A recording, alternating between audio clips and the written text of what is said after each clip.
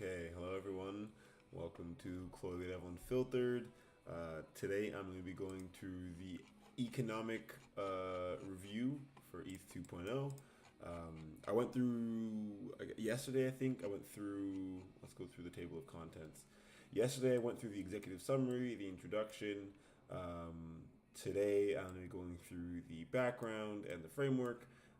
Just quickly, it's pretty late in the day. It's like 11:30 now already, and I've got to take Meek out real quick. So I was going to do a quick overview of the background introduction, and then next week I'm going to do some longer videos, maybe an hour each, or maybe I go through maybe a couple chapters again each day, and we're going to get to the paper hopefully next week.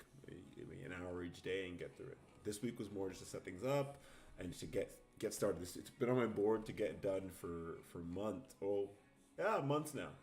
So I'm like, I might as well get started and get to the paper. So if you want to catch up, feel free to click the link in in this description. Read the paper yourself. Watch the video from last week. Whatever you'd like.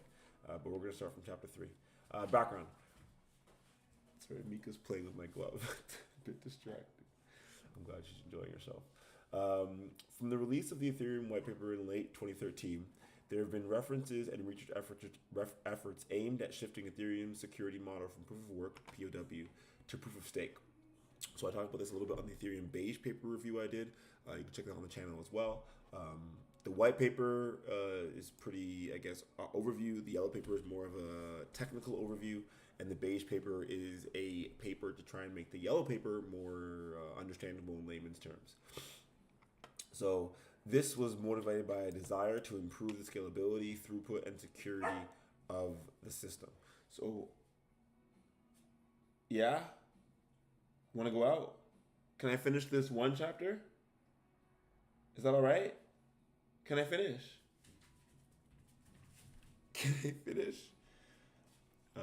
Let's see. Let's see if she allows me to finish. I'd like to finish at least one chapter before I go. And then when I come back in, I'll finish up. But she's so needy right now. Okay. So anyways, Ethereum 2.0 or Serenity is the network upgrade that activates this shift. The design goals are articulated clearly in the Ethereum 2.0 specification. The goals are to minimize complexity, even at the cost of some losses in efficiency. So this is very important.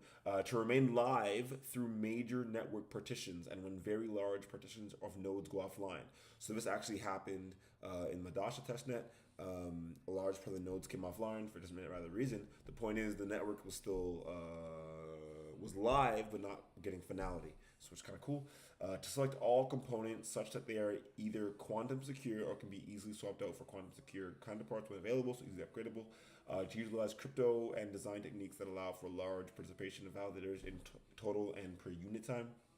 So like you want the largest validator set possibly, but also you want to make sure that people can, if some validators are offline for a few minutes or a few days, you still have a large validator set.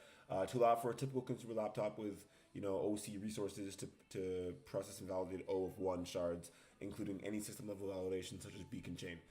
Basically allowing any normal individual to be able to validate the chain. Validate what their transactions are, validate the shard, validate the beacon chain on a consumer laptop. We extrapolate from the above 3 driving objectives that set the frame of our analysis of the system: security, long-term stability, and decentralization. It should also be noted that the shift to Ethereum 2 is intended to bring orders of magnitude improvements in performance and scalability. Also, Ethereum 2.0 roadmap. So this is obviously a little bit outdated, potentially now. This paper came out in June, I believe, July 16th. So some of this stuff might be a little bit outdated, but we're gonna get through it and see what it says.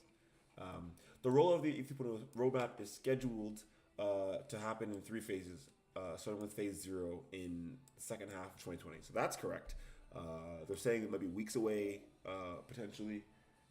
So I'm gonna just do one chapter and then go take the dog out. So she definitely wants to go. So you have phase 0.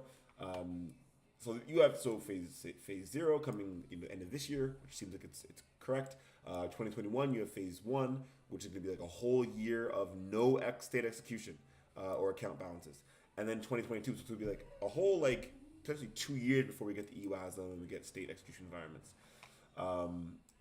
So yeah, this is just explaining all of that. So in phase 0, you use the beacon chain, which serves as the root chain for all your 3.0 shards. I know, BB, I'm coming. I'm coming. In phase 0, the beacon chain acts as the heartbeat of the entire system, setting the cadence for the blockchain on a rhythm of slots. The equivalent of present-day blocks, roughly every 12 seconds, and epochs, a set of 32 consecutive slots, roughly every 6.4 minutes. It is responsible for managing validators and their stakes, nominating the chosen block proposer for each shard at each step, organizing validators into committees to vote on the proposed blocks, applying the consensus rules, applying rewards and penalties to validators, and being the anchor point on which the shards register their states to facilitate cross-chain shard transitions. Phase 1 introduces sharding.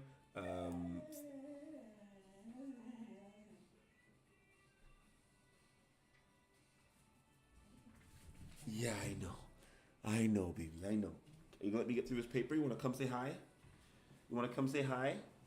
So I can finish the paper? Yeah. Okay, let's finish. Phase 1 is primarily concerned with the construction, validity, and consensus on the data of these shards. Phase 1 does not specify shard state execution or account balances. In short, phase 1 adds a data layer that acts as a test of the system's full sharding infrastructure. So phase 2 is making sure that everything is ready before we get to phase 2, where we add the execution layer with execution environments in every shard. So I guess it depends how many shards you have. A goal of mine was to one day maybe like run my own shard. It depends how hard it is to do. It depends how open the system is, but we'll see. I think it'd be kind of cool. Shard chains transition from simple data containers to a structured chain state, and smart contracts will be reintroduced. Each shard will manage a virtual machine based on eval. So each shard should be its own little execution environment, I would assume. And so like potentially if I wanted to have a shard that was more based on like art or things that had less need for like security, but we wanted higher throughput, that could be possible. As mentioned previously, we'll focus primarily on phase 0 for the report. What is important to note is that the first phase introduces several new paradigms from an economic standpoint. So this is the last page. Mika, can I get through this page? Can I? I think she just ate apart my. I think she just broke my glove. But Mika, please. Can I finish? Please? Yeah? I don't even want to play. I'm going to go take her for a skate actually after this. So, these 3 new terms, I'll go through them very quickly. You have proof of stake. As stated in the Ethereum POS facts, POS is a category of consensus algorithm for public blockchains that depends on a valid economic state in the network. POS changes the cost profile of validation and lowers the barrier for entry for direct participation in Ethereum's consensus, which I'm very excited for. Block proposing and voting to a minimum of 32 ETH. And with Rocket Pool, maybe 16 ETH, and with other situations, maybe less, which is not really validating, but still you're supporting the network with less ETH. Plus a relatively inexpensive setup for validation through Mika, I'm coming, I promise. Through hardware, cloud, or a third-party service, this should have an effect on reducing centralization through economies of scale. It makes it far more costly to execute 51% style attacks by introducing slashing, where attackers get their stake slashed from malicious behavior. POS requires validators to lock up their stake for a period of time, which has an impact on how validators think of opportunity cost of participation in phase 0. This is particularly severe as the stake of the generated rewards are locked until phase 2. So yeah, if you're locked up for potentially 2 whole years or longer, which is, a severe potential lockup time. Economic finality. Whereas Ethereum today, like Bitcoin, relies on probabilistic finality, ETH 2.0 aims for stronger economic guarantees around block finalization. Economic finality is... Mika, please.